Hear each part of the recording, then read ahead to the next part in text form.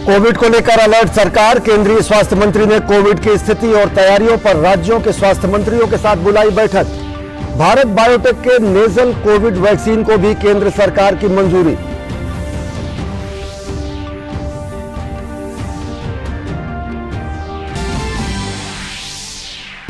संसद का शीतकालीन सत्र समाप्त। तय समय से पहले अनिश्चितकाल के लिए स्थगित हुए दोनों सदन। 97% रही चालू सत्र में कार्य उत्पादकता।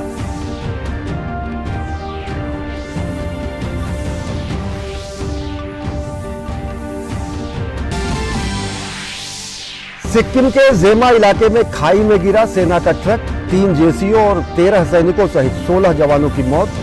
घायल 4 जवानों का रेस्क्यू। रक्षा मंत्री ने हादसे पर जताया दुख।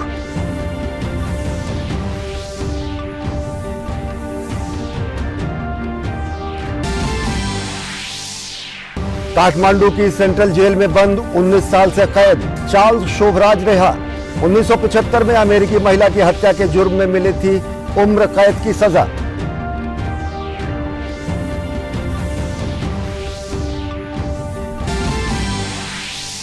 पेरिस में हुई अंधाधुंध फायरिंग में 2 लोगों की मौत। पुलिस ने संदिग्ध हमलावर को किया गिरफ्तार। हमले के कारणों का पता नहीं। पूरे शहर में अलर्ट।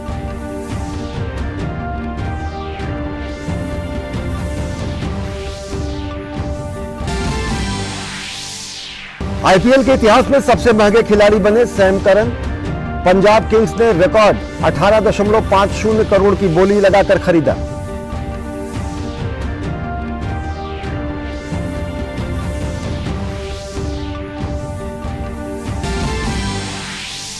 हरमनप्रीत सिंह की कप्तानी में भारतीय टीम खेलेगी पुरुषों का hockey world cup. Amit Rohidas होंगे उप कप्तान। 13 जनवरी से ओडिशा में शुरू होगा टूर्नामेंट।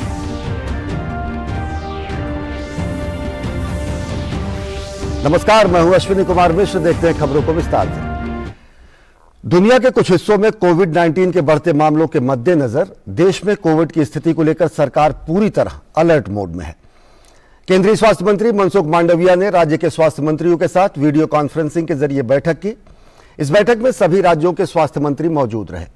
मनसुख मांडविया ने बैठक में कोविड-19 की रोकथाम की तैयारियों को लेकर चर्चा की। बैठक में मांडविया ने राज्यों को अलर्ट पर रहने और कोविड-19 प्रबंधन के लिए पूरी तैयारी रखने की सलाह दी। मनसुख मांडविया ने बैठक में कहा कि केंद्र और राज्यों को एक साथ मिलकर काम करने की जरूरत है, जैसा कि पिछली बार किया गया था। केंद्रीय स्वास्थ्य मंत्री ने बैठक में राज्यों को निगरानी प्रणाली मजबूत करने की सलाह दी।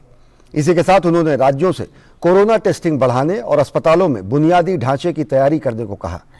उन्होंने ये भी कहा कि जीनोम सीक्वेंसिंग पर अधिक ध्यान देने की जरूरत है ताकि देश में मौजूद नए वेरिएंट का पता लगाया जा सके।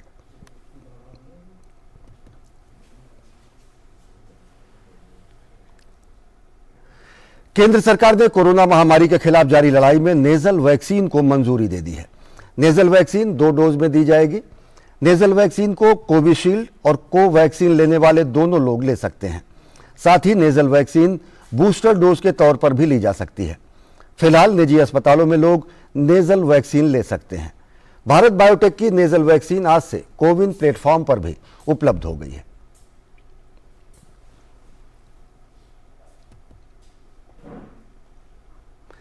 केंद्रीय मंत्री ज्योतिरादित्य सिंधिया ने आज प्रेस कॉन्फ्रेंस कर सरकार की उपलब्धियों के बारे में जानकारी दी।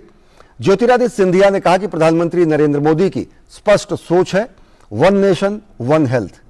केंद्रीय मंत्री ज्योतिरादित्य सिंधिया ने कहा कि देश में फिलहाल 4 कोविड टीकों का उत्पादन हो रहा है। सिंधिया ने कहा कि बीते सोमवार तक देश में 220 करोड़ कोविड खुराक देने का इतिहास रचा गया। ज्योतिरादित्य सिंधिया ने कहा कि दूर दराज के इलाकों में खून, वैक्सीन और दवा की डिलीवरी के लिए ड्रोन का भी इस्तेमाल किया जा रहा है। आज 4 टीकों का उत्पादन देश में हो रहा है।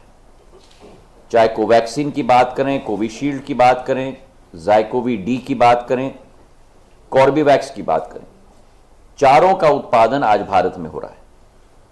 और उसी के साथ इसी सोमवार एक नया इतिहास वैक्सीन के क्षेत्र में रचा गया है, जहां 220 करोड़ डोजेस आज तक भारत के जन को लगाए गए हैं देश के अंदर।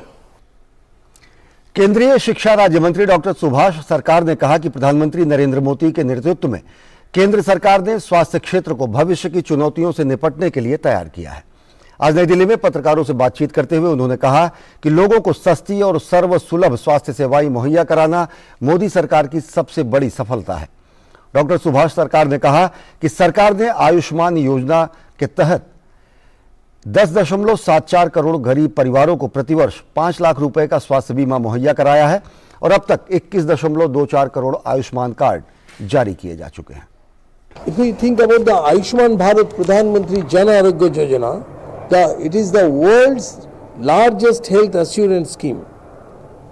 The government has provided health coverage up to rupees 5 lakh per family per year to around 10.74 crore poor and vulnerable families. The total number of Ayushman cards issued till date is 20.24 crore, and the total number of hospital admission, that is also 4.22 crore. संसद के शीतकालीन सत्र में आज लोकसभा और राज्यसभा अनिश्चितकाल के लिए स्थगित हो गए। लोकसभा और राज्यसभा की कार्यवाही को शुक्रवार को अनिश्चितकाल के लिए स्थगित कर दिया गया।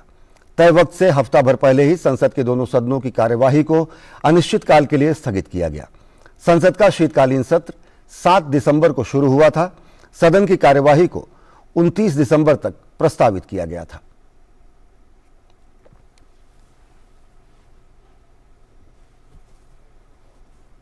महत्वपूर्ण विषयों पर भी सार्थक चर्चा हुई। सकारात्मक, सभी दल के लोगों ने सकारात्मक सुझाव दिए, सकारात्मक चर्चा की। हम चाहते हैं कि संसद के अंदर देश के महत्वपूर्ण मुद्दों पर चर्चा हो, सकारात्मक चर्चा हो और किस तरीके से सामूहिकता के साथ मिलकर हम देश की गंभीर चुनौतियों का समाधान कर सकते हैं। ऐसे विषयों पर चर्चा हो, संवाद हो और सामूहिक संकल्प हो, ताकि हम जनजागरण के माध्यम से समाज के अंदर मादक द्रव्यों और अन्य बुराइयों को समाप्त करने के लिए सामूहिकता के संकल्प के साथ काम कर सकें। लोकसभा की कार्यवाही को अनिश्चितकाल के लिए स्थगित करने से पहले स्पीकर ओम बिरला ने सदन में हुए कामकाज की जानकारी दी। सदन की कार्यवाही अनिश्चितकाल के लिए स्थगित होने के बाद लोकसभा अध्यक्ष ओम बिरला ने प्रधानमंत्री नरेंद्र मोदी सहित सभी दलों के नेताओं से अपने कक्ष में मुलाकात की। स्पीकर बिरला ने सदन में सुचारू संचालन के लिए सभी दलों के नेताओं का आभार जताया।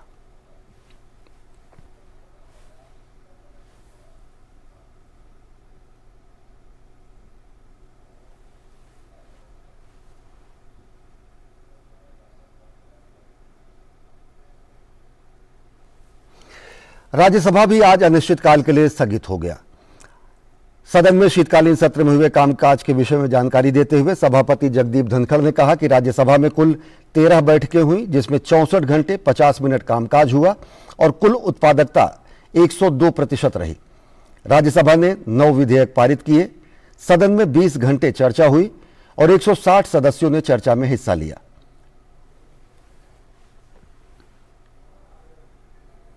Statistical evaluation sounds encouraging. 13 sittings, functional time 64 hours and 50 minutes against the total scheduled time of 63 hours and 26 minutes. Productivity 102%. 82 starred questions answered. Response to 1920 unstarred questions tabled. 9 bills passed returned after 20-hour discussion with 160 members' participation. The House traversed the Wildlife Protection Amendment Bill 2022, the Energy Conservation Amendment Bill 2022, 3 bills relating to the Constitution, Scheduled Castes and Scheduled Tribes Orders Amendment, the New Delhi International Arbitration Center Amendment Bill. संसदीय कार्य मंत्री प्रहलाद जोशी ने शीतकालीन सत्र के दौरान कामकाज के बारे में बताया कि दोनों सदनों में 9 विधेयक पारित किए गए, जिनमें ऊर्जा संरक्षण संशोधन विधेयक 2022, समुद्री दस्युतारोधी विधेयक और वन्यजीव संरक्षण संशोधन विधेयक शामिल हैं। उन्होंने बताया कि लोकसभा की उत्पादकता 97% और राज्यसभा की करीब 102% रही। 7 दिसंबर को शुरू हुआ और आज 23 दिसंबर को संपन्न हुआ। 13 सिटिंग्स कंप्लीट हुआ है और 29 को कंक्लूडिंग होने का था, लेकिन आज हुआ है। बिजनेस एडवाइजरी कमेटी में सभी पार्टीज मिलके ये रिक्वेस्ट किया था कि 23 को इसको समाप्त किया जाए, वो स्वीकार करते हुए आज संपन्न हुआ है। लोकसभा में ये 13 सिटिंग्स में 9 बिल्स इंट्रोड्यूस हुआ है, 9 बिल्स, 7 बिल्स पास हुआ है। ऐसे ही 9 बिल्स राज्यसभा में पास हुआ है। Both together 9 bills have been passed. खबरें अभी और भी है, लेकिन वक्त हो चला एक छोटे से ब्रेक का। देखते रहिए डीडी न्यूज। समयोचित उपाय न किए जाएं तो शीतलहर से फसलों की तबाही और नुकसान हो सकता है। अत्यधिक ठंड और घने कोहरे की वजह से फसलों पर कीटों का हमला, फंगल रोग, शीत घाव और झुलसा रोग हो सकते हैं। मौसम विभाग की अग्रिम चेतावनी और कृषि परामर्श सेवा आपकी फसलों की सुरक्षा योजना बनाने में मददगार है। शीतलहर के दौरान सिंचाई हल्की रखें और खेत को गर्म रखने के लिए रात भर धुआं बनाएं। निम्न सुरंग तकनीक सुरक्षा प्रदान कर सकती है। पॉलीथीन शीट ढककर पौधों को ठंडी हवा से बचाएं। शीट पौधों को छूनी नहीं चाहिए। ढकने से पहले मिट्टी को गीला करने से श्रेष्ठ संरक्षण मिलेगा। दिन के समय पर्याप्त धूप मिले और मिट्टी को गर्म रखने के लिए खेतों को जंगली घास मुक्त रखें। अधिक सहायता के लिए किसान कॉल सेंटर का संपर्क करें और अपने स्मार्टफोन पर मेघदूत ऐप डाउनलोड करें। सतर्क रहें, फसलों को सुरक्षित रखें। NDMA एवं IIPHG द्वारा जनहित में जारी। REC unleashes the potential of energy. REC funds energy. Funding that catalyzes. Funding that inspires. Funding that transforms. For sustainability and reliability. For investment and development. Adding value every day in every way. This is what our energy is. This is REC.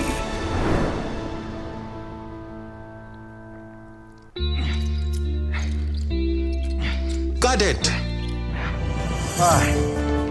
सोचिए, अगर असल जिंदगी में ऐसी हालत हो तो कितनी मुश्किलें होती हैं, लेकिन शुक्र है बैंकिंग के लिए नहीं। अगर आपकी उम्र 70 साल से अधिक हो या आप दिव्यांग हो तो बैंक आपको कुछ जरूरी बैंकिंग सुविधाएं घर बैठे बैठे दे सकता है।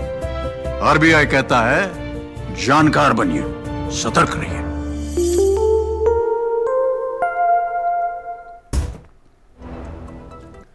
ब्रेक के बाद आप सभी का स्वागत है। उत्तरी सिक्किम में सेना के एक ट्रक का एक्सीडेंट हो गया, जिसमें 16 जवानों की मौत हो गई। इस हादसे में 4 जवान घायल भी हुए। भारतीय सेना ने बयान में कहा कि 23 दिसंबर 2022 को जेमा, उत्तरी सिक्किम में सेना का एक ट्रक एक्सीडेंट हो गया। इस दुखद सड़क दुर्घटना में भारतीय सेना के 16 वीरों ने अपनी जान गंवाई है। सेना ने कहा कि दुर्घटनाग्रस्त वाहन 3 वाहनों के काफिले का हिस्सा था, जो चटन से सुबह थंगू की ओर बढ़ रहा था। जेमा के रास्ते में वाहन एक तीव्र मोड़ पर फिसल गया।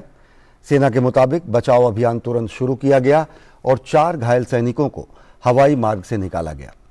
दुर्भाग्य से 3 जूनियर कमीशन अधिकारी और 13 सैनिक इस दुर्घटना में जीवित नहीं बचे। राष्ट्रपति द्रौपदी मुर्मू ने सिक्किम सड़क दुर्घटना में दुख जताते हुए ट्वीट किया। उन्होंने कहा, सिक्किम में एक सड़क दुर्घटना में भारतीय सेना के वीर जवानों की शहादत के बारे में जानकर दुख हुआ। मृतकों के परिवारों के प्रति मेरी हार्दिक संवेदनाएं। मैं घायलों के शीघ्र स्वस्थ होने की प्रार्थना करती हूं।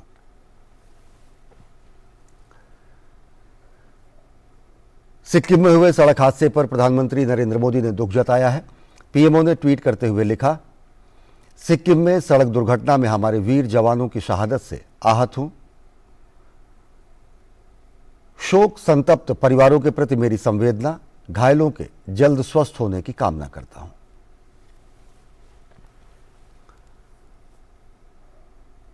उत्तरी सिक्किम में हुई दुर्घटना पर रक्षा मंत्री राजनाथ सिंह ने गहरा दुख जताया है। अपने ट्वीट संदेश में उन्होंने कहा, उत्तरी सिक्किम में एक सड़क दुर्घटना में सेना के जवानों की जान जाने से गहरा दुख हुआ।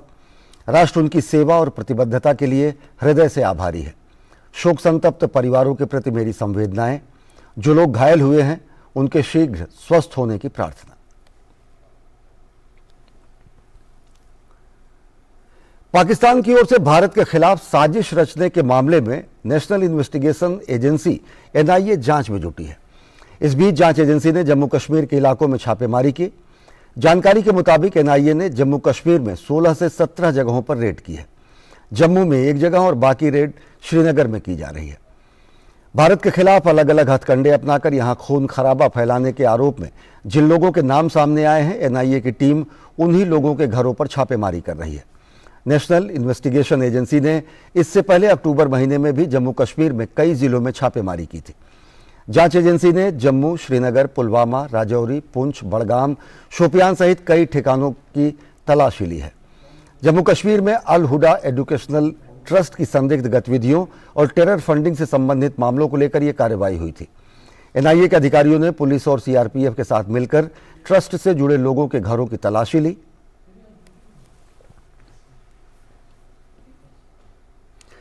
25 दिसंबर को पूर्व प्रधानमंत्री भारत रत्न अटल बिहारी वाजपेयी की जयंती है, जिसे हर साल सुशासन दिवस के रूप में मनाया जाता है। हमारी संवाददाता नंदिता डागर ने इस बारे में कुछ लोगों से बातचीत की है। Vajpayee ji was really good, उन्होंने बहुत अच्छा काम किया था। उनका सबसे अच्छी बात यह थी कि वो सब पार्टी से लेकर चलने वाले साथ में थे। एग्जाम्पल जैसे एक बार उन्होंने सरकार बनाने के लिए, सरकार गिर गई, सब लोगों ने बोला मैं सपोर्ट करता हूं, उन्होंने बोला नहीं, will go for fresh election. तो वो फ्रेश इलेक्शन में जाके प्रूफ मेजॉरिटी के साथ लेके आए। वो जो भी करना चाहते थे देश के लिए करना चाहते थे। इस एग्जाम्पल उन्होंने कारगिल में किया। काम उन्होंने बहुत अच्छा किया था। कारगिल का भी उसी टाइम हुआ था। अगर और कोई होते ओपोजिशन वाली तो शायद ऐसा नहीं होती कि एकदम से एक्शन लिया। मोदी जी ने जो 25 दिसंबर को सुशासन दिवस मनाया है वो बहुत ही अच्छा किया है। उस दिन उनका अटल बिहारी वाजपेयी जी का जन्मदिन भी है, तो उन्होंने भी अपने समय पे काफ़ी चीज़ों का उत्थान किया था। तो उन्होंने जैसे महिलाओं के उसमें क्राइम में उन्होंने कम करवाया, और बच्चों में जो पोलियो की प्रॉब्लम होती थी वो भी कम हुई है। और दूसरा, आज उस समय के समय मतलब मोबाइल जो पहले मोबाइल का प्रॉब्लम चल रहा था बहुत ज़्यादा लोगों को, मतलब सिम्स वगैरह बहुत महंगी मिलती थी, मोबाइल सेट्स वगैरह बहुत महंगे मिलते थे, तो वो चीज़ उन्होंने बहुत सस्ती करा दी। अब सबके पास फ़ोन आ गया है। 1996 में उनका भाषण में देखता था पार्लियामेंट में जो प्रोसीडिंग वगैरह होती है, अटल जी हमारे देश को एक बहुत अच्छी चीज़ दिया है, वो है कि हमारी सिक्योरिटी, जो कि 98 में जो हमारा पोखरण में हुआ था एटम बम, जिसके कारण जो है हमारे देश को एक बहुत बड़ा सिक्योरिटी मिला। दूसरा 1999 में जो पाकिस्तान के साथ हुआ था वॉर, उन्होंने पूरा इंटरनेशनल चीज़ों को कंट्रोल में रखते हुए अपना कारगिल में विक्ट्री हुआ है। और अटल जी जो पार्लियामेंट के अंदर बोलते थे, उनका जो भाषण में एक चीज था, उनके लिए देश सबसे आगे था, कोई पॉलिटिकल पार्टी नहीं थी। CII ने नई दिल्ली में टेक्सकॉन 2022 सम्मेलन का आयोजन किया है। केंद्रीय वस्त्र राज्य मंत्री दर्शना विक्रम जरदोश ने टेक्सकॉन के 14वें संस्करण का उद्घाटन किया। इस बार की थीम प्रतिस्पर्धी कपड़ा और परिधान क्षेत्र बनाने के लिए उभरते अवसरों का लाभ रखा गया है। केंद्रीय वस्त्र राज्य मंत्री ने कहा कि वस्त्र व्यापार को आसान बनाने के लिए मंत्रालय ने तमाम प्रयास किए हैं। इनमें टेक्सटाइल क्षेत्र को वैश्विक बाजार में प्रतिस्पर्धी बनाना, उत्पाद की बेहतर गुणवत्ता बनाना और टेक्निकल टेक्सटाइल को बढ़ावा देना शामिल है। इसके साथ ही कपास की गुणवत्ता बढ़ाने के लिए भी कई योजनाएं बनाई गई हैं। इंजीनियरिंग के तौर पे अपना प्रोजेक्ट रिपोर्ट बनाए तो इसमें कैसे डालें, ये रोड एंड ट्रांसपोर्ट वाले कैसे इसमें करें। अगर एग्रीकल्चर को करना है नेट वगैरह में, तो जियो टेक्सटाइल का जितना भी कंपोनेंट है उसको किस तरह से किस मिनिस्ट्री के साथ में लोगों तक ले जाकर अवेयर करना है, इसके लिए हम लोगों ने बहुत सारे एफर्ट किए हैं। इसमें मेक इन इंडिया का कार्यक्रम, फिर मार्केट कैसे उसको करना, कैसे प्रोटेक्ट करना, जैसे बताया जिम पोर्टल के माध्यम से ट्रांसपेरेंसी हो जाए। इंटरनेशनल मार्केट से आपको क्या टेक्निकल सपोर्ट चाहिए या इनपुट्स चाहिए, मार्केट क्या है, इसके लिए भी है। और इन्वेस्टमेंट कैसे बढ़ाना, तो ये मैन्युफैक्चरिंग को लेकर ये सब चीज़ के बारे में हम लोग अपने आप को स्ट्रेंथन करते हुए आगे बढ़ेंगे। फ्रांस की राजधानी पेरिस में हुई अंधाधुंध फायरिंग में 2 लोगों की मौत हो गई जबकि कई अन्य लोग घायल हुए हैं। सेंट्रल पेरिस में इस हमले के बाद पूरे शहर की सुरक्षा व्यवस्था कड़ी कर दी गई है। पुलिस ने एक संदिग्ध हमलावर को गिरफ्तार भी किया है। पेरिस आतंकवादी हमलों को लेकर अति संवेदनशील शहर है। इस कारण पुलिस ने हाई अलर्ट जारी करते हुए जगह जगह चेकिंग भी शुरू कर दी है। फिलहाल हमलों के कारणों का खुलासा नहीं हो सका है। हॉकी इंडिया ने आगामी पुरुष हॉकी विश्व कप के लिए भारतीय दल की घोषणा कर दी है। टीम के कप्तान ड्रैग फ्लिकर हरमनप्रीत सिंह होंगे, वहीं अमित रोहिदास टीम के उपकप्तान होंगे। कृष्ण बी पाठक और पीआर श्रीजेश टीम के गोलकीपर होंगे।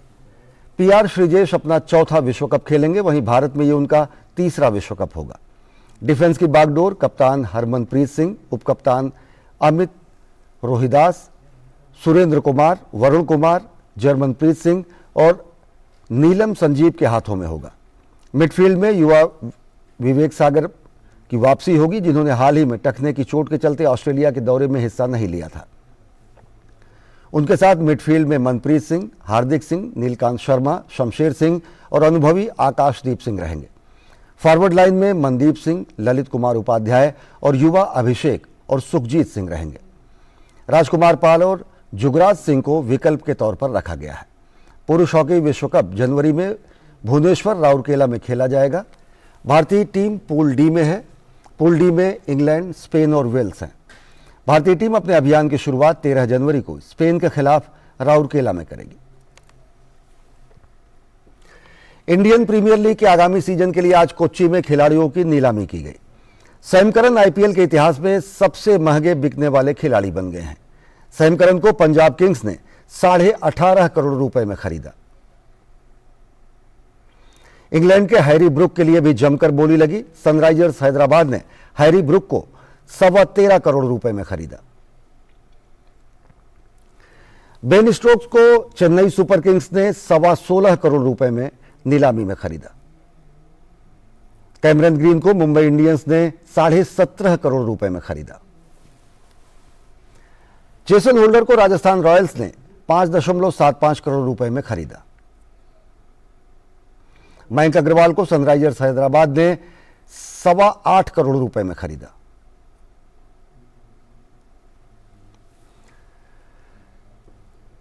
राजधानी में चल रहे 26वें दिल्ली पुस्तक मेले में सूचना एवं प्रसारण मंत्रालय के प्रकाशन विभाग का स्टॉल भी लोगों के आकर्षण का केंद्र बना हुआ है। स्टॉल का सूचना एवं प्रसारण मंत्रालय के संयुक्त सचिव विक्रम सहाय ने औपचारिक रूप से उद्घाटन किया। क्या खास है इस स्टॉल पर, बता रहे हैं हमारे संवाददाता गिरीश निशाना। ये है सूचना और प्रसारण मंत्रालय के प्रकाशन विभाग का स्टॉल, जो दिल्ली के प्रगति मैदान में चल रहे 26वें दिल्ली पुस्तक मेले में हर पुस्तक प्रेमी को अपनी ओर आकर्षित कर रहा है। शुक्रवार को सूचना और प्रसारण मंत्रालय के संयुक्त सचिव विक्रम सहाय ने इस स्टॉल का उद्घाटन किया। इस मौके पर प्रकाशन विभाग की महानिदेशक अनुपमा भटनागर भी मौजूद थी। संयुक्त सचिव विक्रम सहाय ने पुस्तक मेले में किशोर.com और साहित्य के नामवर 2 पुस्तकों का भी लोकार्पण किया। प्रकाशन विभाग के स्टॉल पर बच्चों के साहित्य से लेकर आजादी के 75 सालों की कहानी, गांधी साहित्य और राष्ट्रपति भवन से जुड़ी अनेक पुस्तकें विशेष रूप से देखी जा सकती हैं।